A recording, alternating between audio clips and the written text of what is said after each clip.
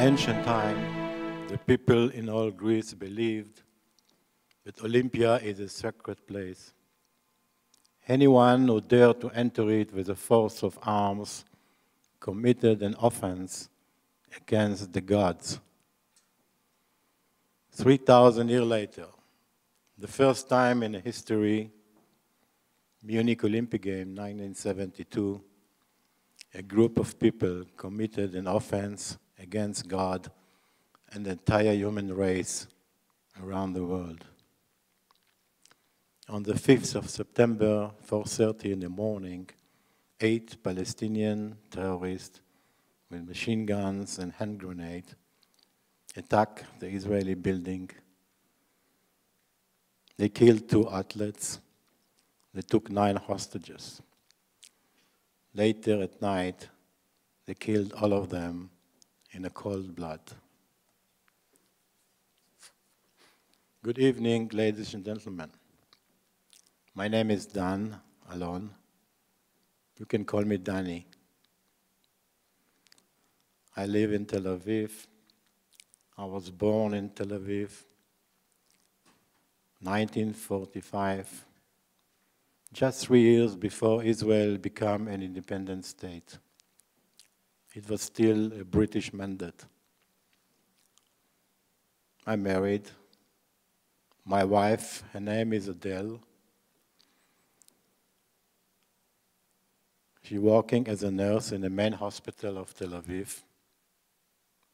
Originally, she is South African. But 39 years ago, when she was 19, she decided to leave her parents, her family, and to come and stay in Israel to make Aliyah l'Eretz Israel.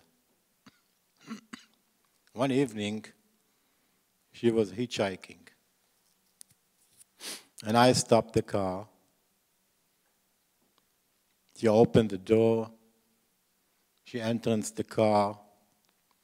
She looked at me, and she decided to stay in Israel. By the way, since that day, I don't stop my car anymore. Together, we have 3 children, 2 boys and 1 lovely daughter. They all live happily in Tel Aviv. Thank you, Rabbi Levi, and all the other rabbis that I forgot all the names, sorry, and the families. And thank you all for the honor and the opportunity you have given me to tell you my experience from the Olympic Games in Munich. You will hear mostly highlights, because if you want to hear everything, it will take hours, and you can read the book instead. For 34 years, I didn't talk about it. I kept silent. I didn't talk about it neither in public and either to my family and friends. I couldn't talk about it. I was very disappointed and very angry. I was angry about the Palestinian organization that they decided to attack an Olympic village, a place that symbolized me peace, friendship, and unity between nations. I was angry about the German authorities, that they failed really unprofessionally to release our athletes. And I was angry also of the Israeli Olympic Committee that they decided to send us to Munich without security, and they didn't take care at all of our safety in the Olympic Village.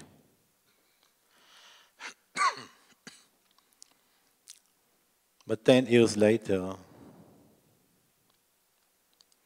a rabbi from Chabad called me from Oxford University, and he asked me to come and tell the story to the students. It was a long story until he convinced me to come. That was my first speech in public. That's how I've been related to Chabad since that day. I could hardly talk there. Even now, always, every speech is difficult. I had to stop a few times in the middle because my words were stuck in my throat. The second time was 1 month later. I came to the US for the first time, to Yale University. This time I took with me my wife and daughter, and they were sitting among the students, and they were listening for the first time for my story. My father and my mother, they came to Israel 1938 from Europe.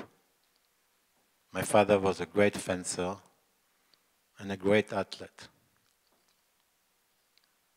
My mother, she went to all his competitions that he had participated. That's why when I was born already with a sword in my hand. My father was my first coach. He taught me how to fence since I was 0 age. Probably I was very talented and ambitious. At the age of 12, I won the children championships. At the age of 16, I won the national junior championships. This title I kept for 3 years long until I joined the army. I served in the Israeli army for nearly 3 years. I took part in the Six-Day War and later in Yom Kippur War. At the age of 23, I became the first time national champion. Again, this title I kept for 4 years long until the Munich Olympic Games when I was 27 years old.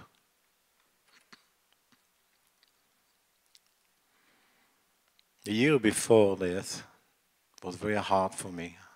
I was dreaming to reach the Olympics together with my father. He wanted to fence also in the Olympic once. That was 1948 in London.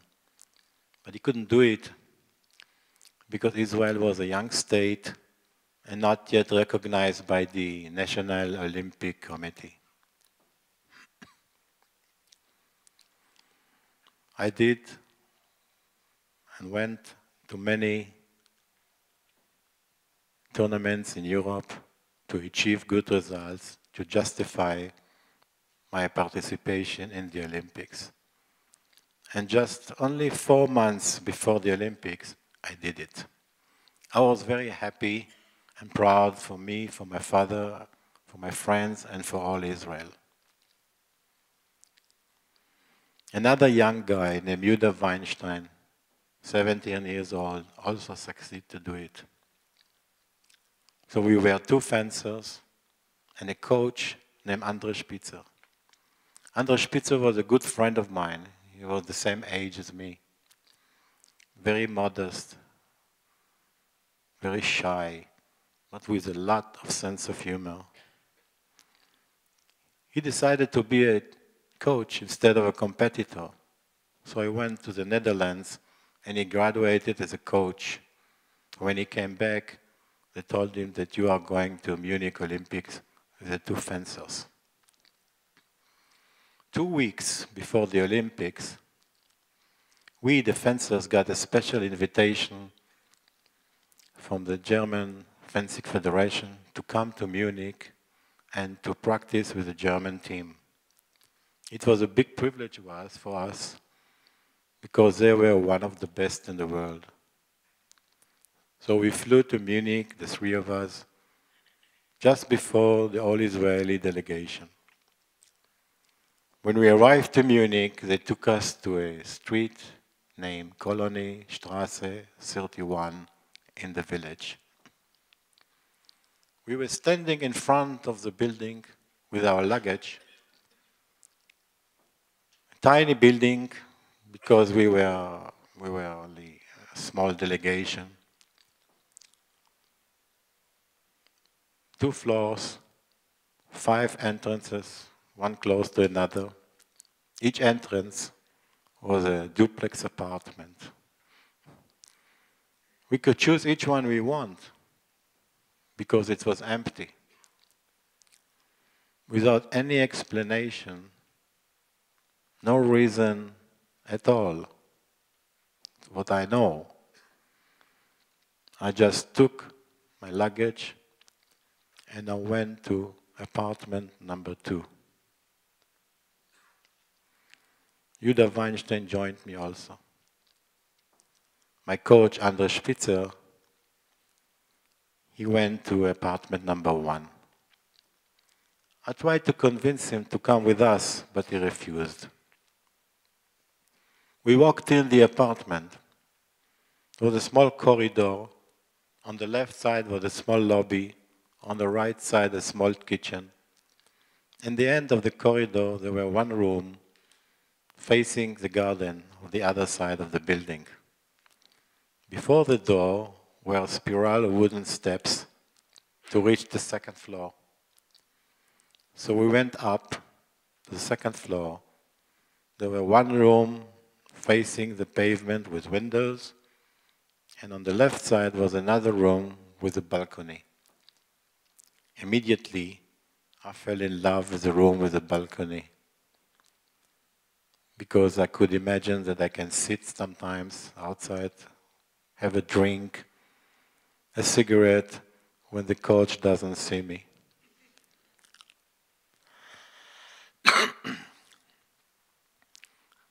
We practice with the German team a lot, but we have also a lot of beer with them together. 2 weeks later, all the Israeli team arrived. Altogether, we were 15 athletes. Among them, 2 girls. They were a separate area because they were not allowed to be mixed, men and women, only on the last day of the Olympics. 6 coaches. Automatically, all the coaches, they went into apartment number 1 because my coach, Endre Spitzer, was there. At apartment number 2, on the 1st floor, one room, went a walker. On the 2nd floor, the room on the side of the pavement, were 2 marksmen. And the left side room were the 2 fencers. At apartment number 3, next to us, were the wrestlers and the weightlifters. At number 4 and 5 were the 2 doctors and the head of delegation. On the 26th of August, we all were standing in front of the stadium for the open ceremony of the Olympic Games. We were all very excited and impatient to hear the announcement of Israel and to march in the stadium. We also have uniforms. We have beige pants, white shirt, a silver tie, a blue jacket with a small Israeli flag on the left side of the jacket, a white straw hat with the blue stripes around it.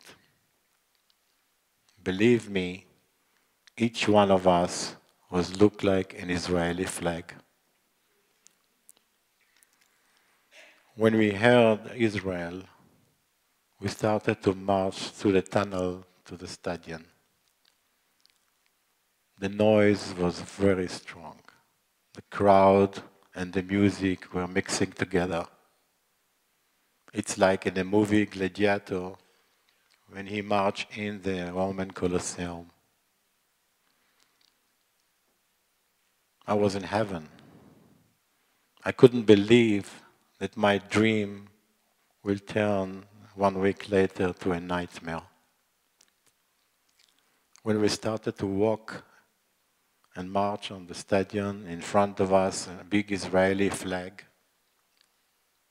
We were really excited. I was crying. Because you have to understand that this Olympic Games was very special for Israel. It was the first time after the Holocaust that an Israeli delegation is marching on German soil.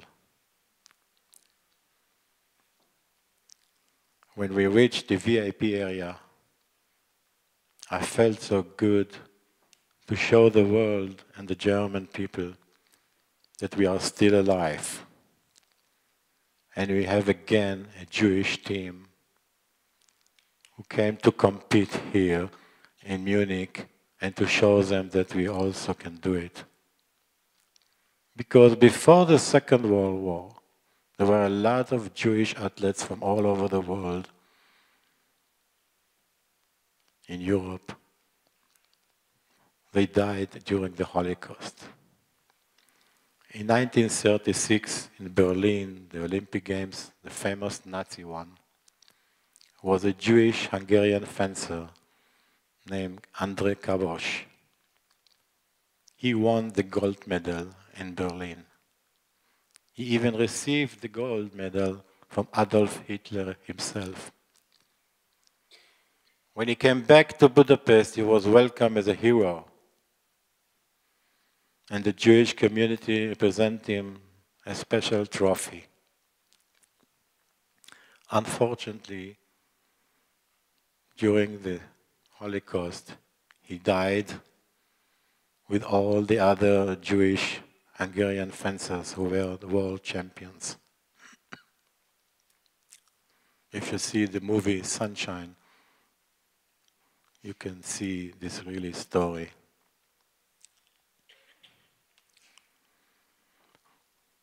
In 1956, the Russians invaded Hungary. And the family of Endre Kabos wanted to escape to America, but they didn't have enough money. So they decided to sell all his trophies and medals to reach America. In 1967, the Six-Day War in Israel, many European countries broke the relationship with Israel. Also Hungary. So the ambassador of Israel had to leave back to Israel. One day before, he went shopping to the flea market and he found this trophy. It was for sale. He bought it and he brought it to Israel.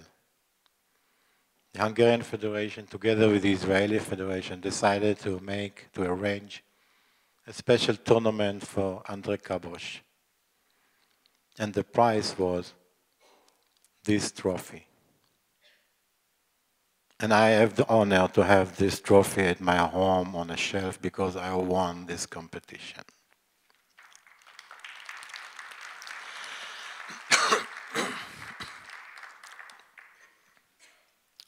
So that's why this Olympic Games was very special for us. On the 4th of September in the evening, the Israeli delegation, we went to a show in a theater in Munich to see Fiddle on the Roof. We were sitting with all the German crowd, and it was interesting to see how the Germans are watching and listening to Jewish music. At the break of the show, we went up on the stage behind the curtains to be with the actors and to have a lot of pictures. Unfortunately, they were the last pictures of us together. We went back at 11:30 at night to the Olympic Village.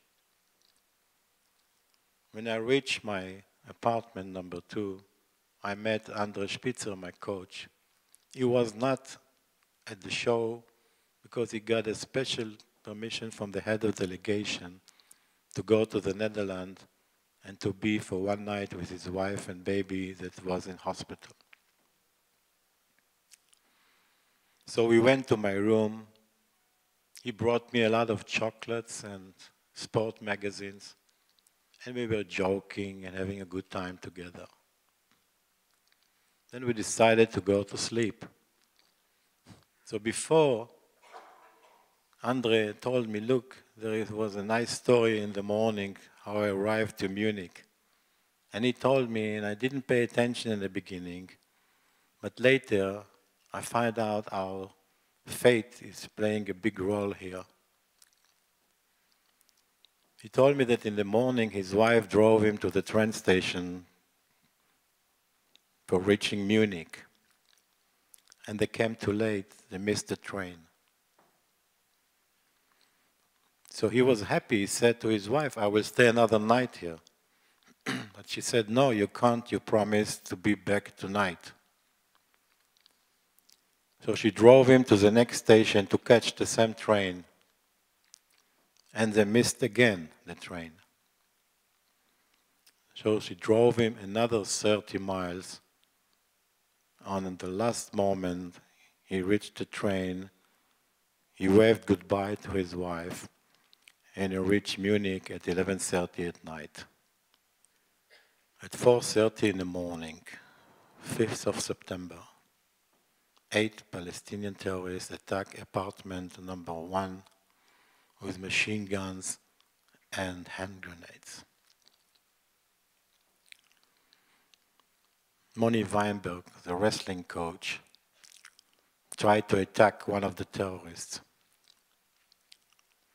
Another terrorist shot him with a pistol in his face, 1 bullet. He was injured a lot and bleeding. He put some towel to cover it. In spite of that, they asked him to lead them to all the other Israelis. They went out of the door, apartment 1, and they passed our door number 2, and they went to door number 3, where they found all the wrestlers and the weightlifters. They took them out to the pavement, back to entrance number 1, passing again our door number 2. They put them all together on the 2nd floor.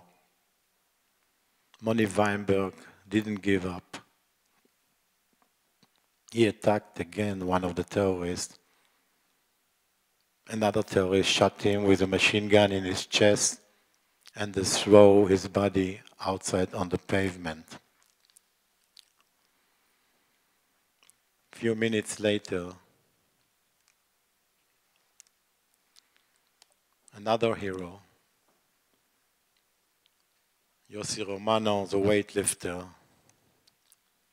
he tried to grab one of the weapons of the terrorist. Another terrorist with a Kalashnikov, with a short distance, shot him in his chest. The bullet went through his body, to the wall, through the wall, behind my bed. And I said, 4:30 in the morning, I woke up of a big noise, shouting. Judah Weinstein woke up also. He was looking at me and asked me what's happened. I said, I don't know. Maybe the delegation, our neighbor from Uruguay, are celebrating. We didn't know it was 4:30 in the morning. Then it was quiet. So we went back to sleep. And 20 minutes later, again, shouting, explosions, my wall was shaking, and suddenly I heard machine guns. And that was really unusual to hear machine guns in the Olympic Village. I jumped out of the bed. This moment the door was open, our room, and the two marksmen were running into our room from the next room. And they told us, look, I think we are in a big problem. Come and look. So I went to their room very slowly, quietly. I opened the curtains of the window to look down to the pavement. And I saw Moni Weinberg, our wrestling coach, lying on the floor and bleeding a lot. Two paramedics came to him, and they took care about him, and they took him away.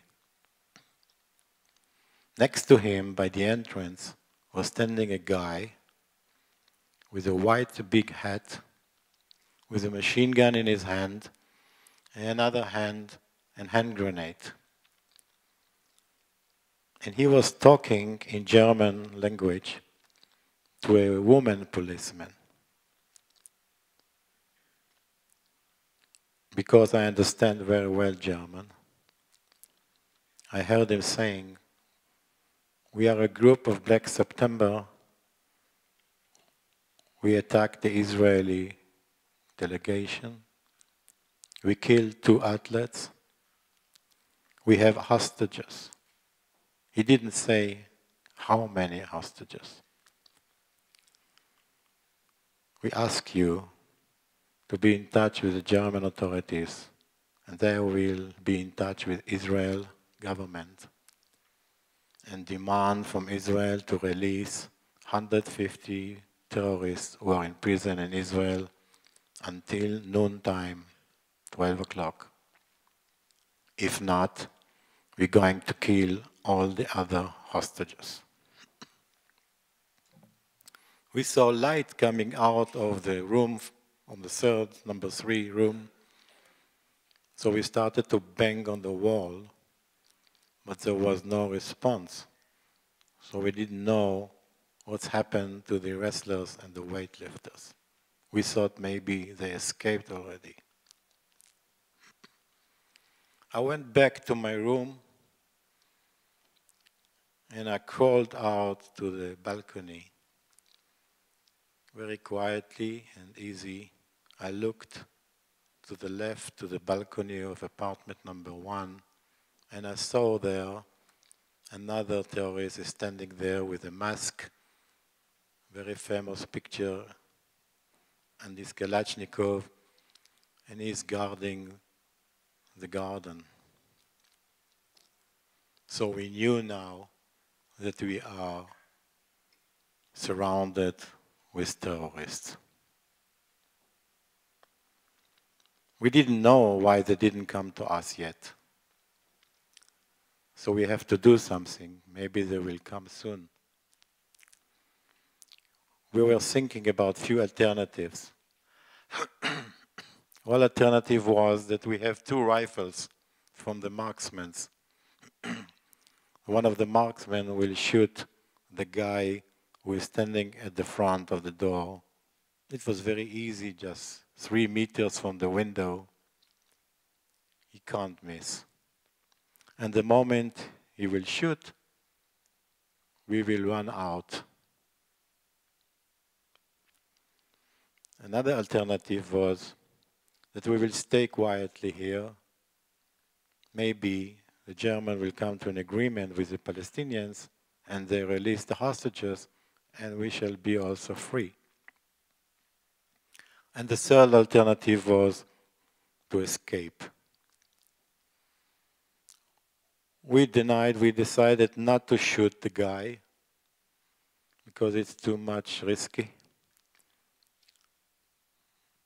If they will see what we did, they might kill all the hostages and come to us immediately. It's too risky.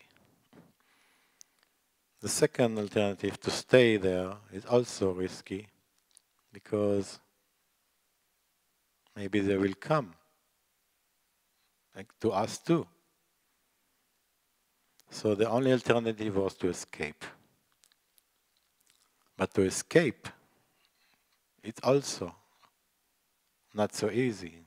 From both sides, they're guarding the entrances. Well, we decided anyway to escape, and we decided to go down from the second floor to the first floor, to the room facing the garden, and to run one by one very fast outside, jumping over the fence of the balcony to the grass and run to the police. They were already surrounded the houses. In spite of everything, if they shoot at us, bad luck. I put my training suit with an Israeli name, at least to die with an Israeli uniform.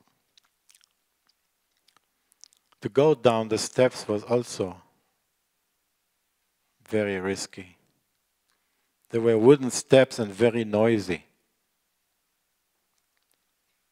And the guy who is standing outside the door, just 2 meters from there, he might hear the noise and come in immediately. It took us 20 minutes, the fifth of us, to go down those steps. We were standing in front of the room, and we decided to run, one by one. Judah Weinstein was the first one.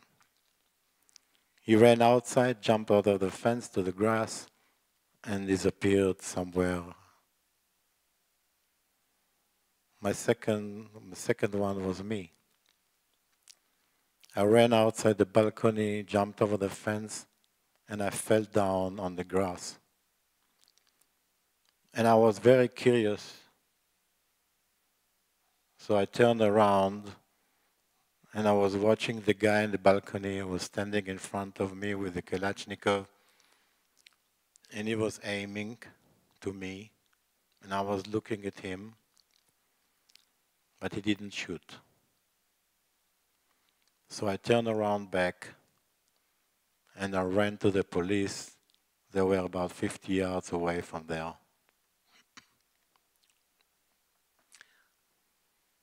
That's how we escaped. And that's very short, because I couldn't tell you many other things that happened in the rooms, what we felt, how we were scared. It took 1.5 hours until we escaped. They took us to a special place with security this time. All day was negotiation with the Arabs. Only at 8:30 in the evening they came to some agreement. A bus will take them out, the terrorists and the athletes, to the center of the Olympic Village. There were 3 helicopters waiting for them to fly them to an airport to reach an aircraft who will take them to Cairo to continue the negotiations. The Germans wanted to get rid of this and to continue the Olympics. I will never forget when I saw my comrades, my friends, athletes, coming out of the bus. I was standing 30 yards from there. They were tied up one to another, pushing them to the helicopters. They put 4 in each helicopter, and 1 in 5 helicopters, and 5 in another helicopter. They tied them up to the chairs, and they flew away when I was shouting and crying to them. And I was very, very optimistic. Unfortunately, the story ends very badly. Because at 12 o'clock at night, you got information they're all safe and they're coming back to the Olympic Village. But later at 3 o'clock at night, after we were happy they're free, the head of delegation arrived to us and told us, look, it was a disinformation. When the helicopters landed in the airport, the German snipers started to shoot at the terrorists. They killed 5 of them. The other 3, they were in panic, and they were afraid they're going to die or to be arrested. So they decided to kill all the Israelis. They went to the first helicopter and they shot them with machine guns while they were sitting, tied up, unable to run away. Then they went to the next helicopter and they blew it up with a hand grenade. In a few seconds, they're all gone. 4 weightlifters, 4 wrestlers, 1 athlete, 1 marksman, and 1 fencer, Endre Spitzer, my coach.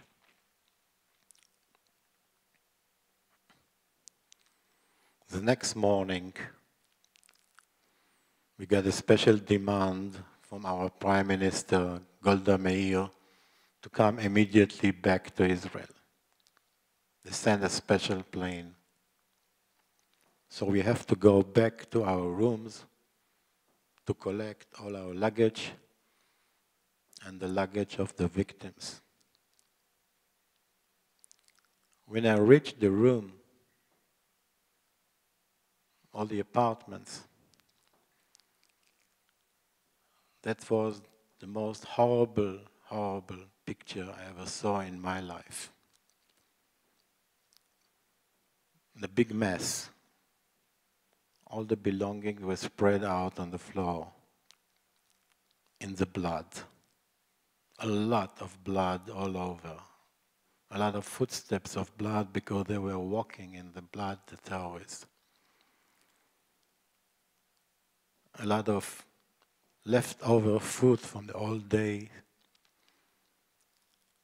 Uniforms, Israeli uniform with Israeli flag in the blood.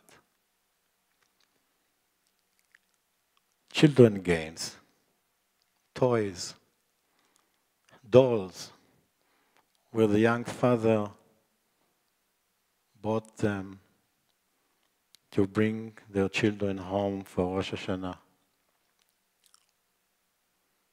Again, Jewish blood in Germany. I will never ever forget the job we did to collect all the belongings of everybody. And we took it to the airport. At the airport, we loaded to the aircraft 10 coffins covered with Israeli flags. 1 coffin of David Berger, the weightlifter, went to America because he was also an American citizen. It was a long flight. When the aircraft arrived to Ben Gurion Airport, he couldn't reach the terminal. There were 1,000 people at the area. So he stopped and he opened the door for us to go down. Also, I never forget this picture. Standing above at the steps, waiting to go down to see this picture of 1,000 amazing Israelis who standing there quietly, only crying and weeping. The next morning, Erev Rosh Hashanah, Friday, we went to the funerals. I was sad, my friends, my family, and all Israel was very sad. In the evening, dinner, Rosh Hashanah, I was sitting with my family. Even the apple and honey was bitter for me.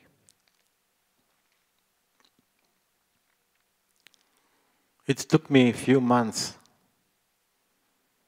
to start to a normal life. I took a lot of medicines. I quit fencing activities forever. I started to coach youngsters, boys and girls. Between them also my son Eric. Later, he became also Israeli champion. So we have 3 generations. He got married 5 years ago, and 3 years ago he brought me a beautiful present, a grandchild. Also maybe he will be a fencer. 20 years after Munich, my fencing pupils, they came to me and told me, look, in 2 months there is a national championship in Israel, and there are many good Russian fencers, new immigrants came to Israel. It's a big tournament. Why don't you fence also? I said, I think you're a bit meshuge. But they convinced me. I practiced for 2 months, taking care about my body. And it was very interesting because I took with me my wife and children to see me for the first time fencing in competition because I was a bachelor in Munich. And I did a beautiful comeback. I won all the Russian fencers, the new ones. And I won the first place again, the national champions. I was very happy for me and for the family. And then I quit again. And I started to play golf.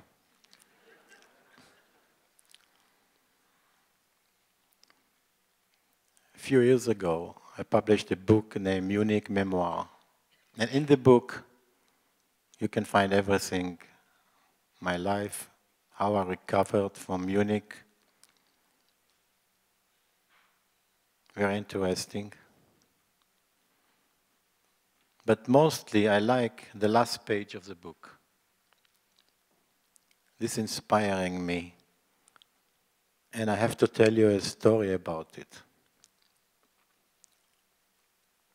7 years ago, I was invited to a speech in Berlin.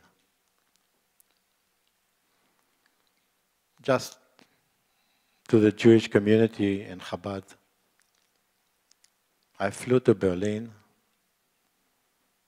I came out of the airport and I was looking for a Chabad rabbi to fetch me. And it's very easy normally to find a Chabad rabbi in the airport. But this time, it was something unusual. I saw a big guy, very tall guy, standing there with a Chabad uniform, with a beard and a black hat.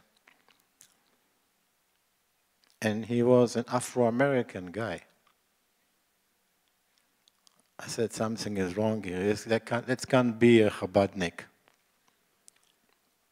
And I'm suffering of paranoia. Also today, I don't feel safe always when I'm coming to Europe or to America.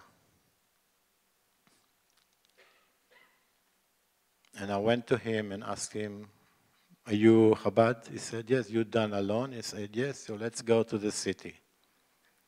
I said, wait a minute. I was sure this guy is from Hezbollah. He came to kidnap me.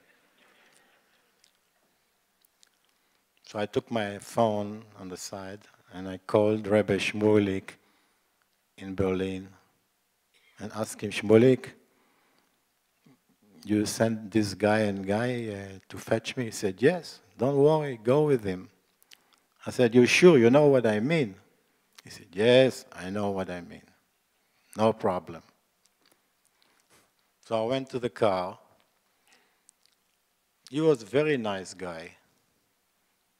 Then I asked him, tell me, what is your connection to Chabad? So he told me, look, I was a basketball player in New York, a goy. I became Jewish, and then I became Chabadnik, and then I became Shaliach in Chabad, in Berlin. Very easy. Well, in the evening, I have a small problem also there by the speaking. Reb Shmuel came to me just 10 minutes before that I have to talk, and he told me, look, I have a small problem. The people, they don't understand English. Because you have to save me. Because last week we had the Israeli ambassador here. He was talking in English, they all left in the middle. You must talk in German. And I know you know German. I said, well, okay. I have to translate now all my talk to German.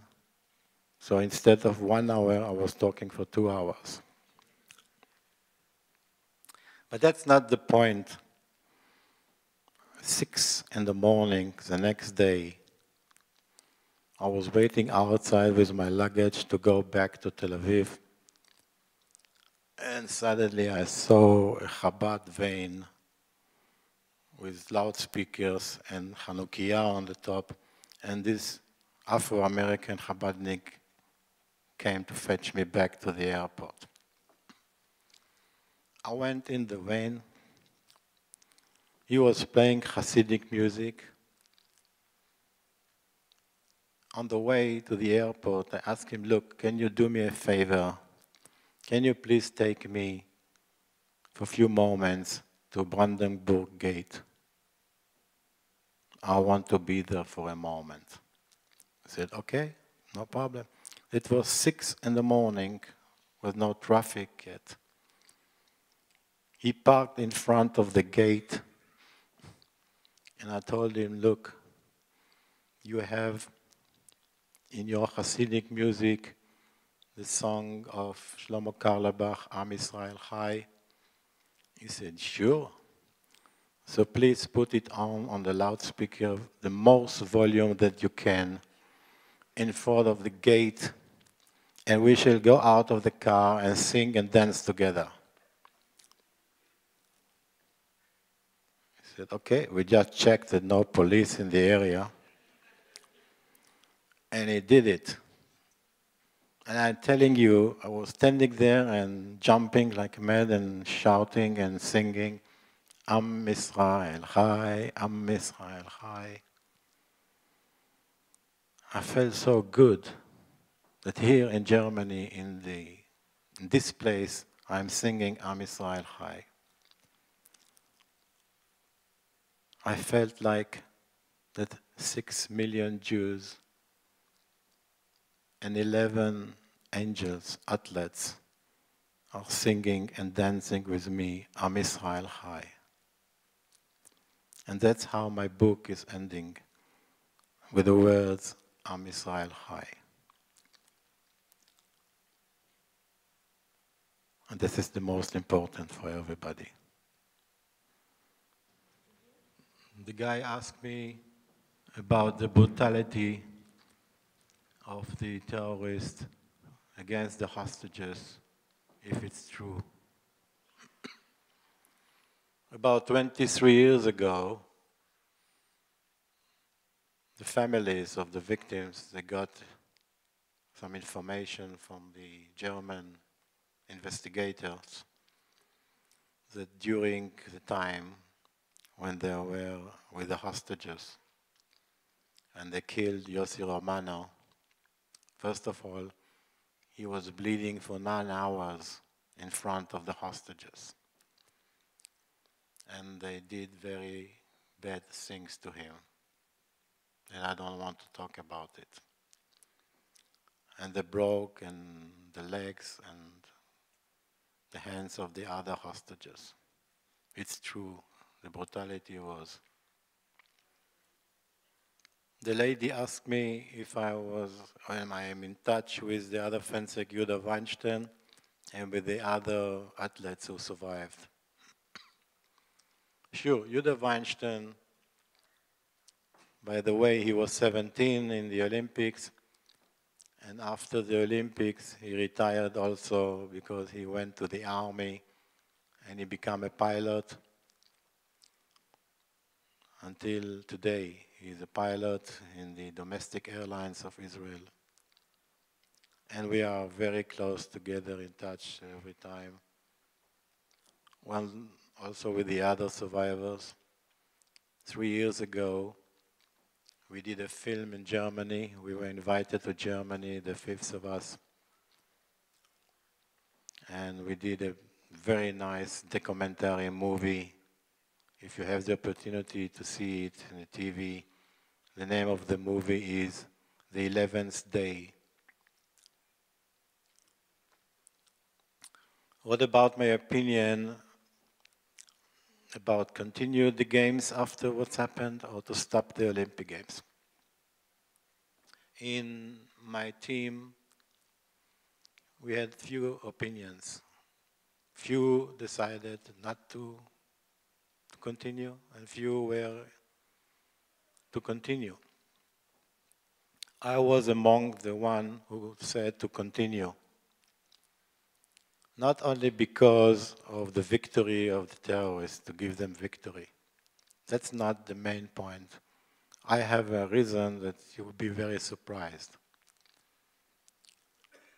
In the beginning, most of the nationalities around the world will be solidarity with us. But 20 years later, they will blame us because they have to stop the games because of us. They practice for 4 years to reach medals, and suddenly they have to go home without competing. For sure, 20 years later, they will blame Israel, like they blame today Israel for everything. They ask me what is about my opinion about the movie Munich of Steven Spielberg, my reaction. Well, first of all, this movie is only what's really happened after Munich. Only in the beginning or some very short moments you could see the attack on the Olympic Village. But most of the movie is what the Mossad did to the terrorists later. This movie is a very good movie. For us, it was very important, because before the movie, nobody even know what's happened in Munich. I mean, the public, they didn't pay attention. The movie Munich gave some idea what's happened. That's why I think, even it's not describing what's happened in Munich, but it was very important for us. Thank you very much.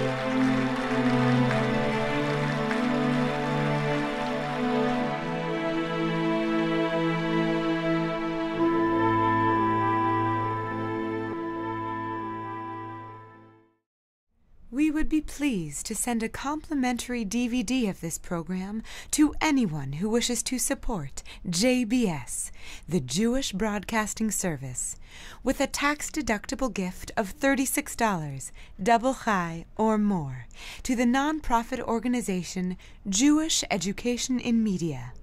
Simply visit the JBS homepage and click on the Donate button to make a donation by PayPal or your credit card.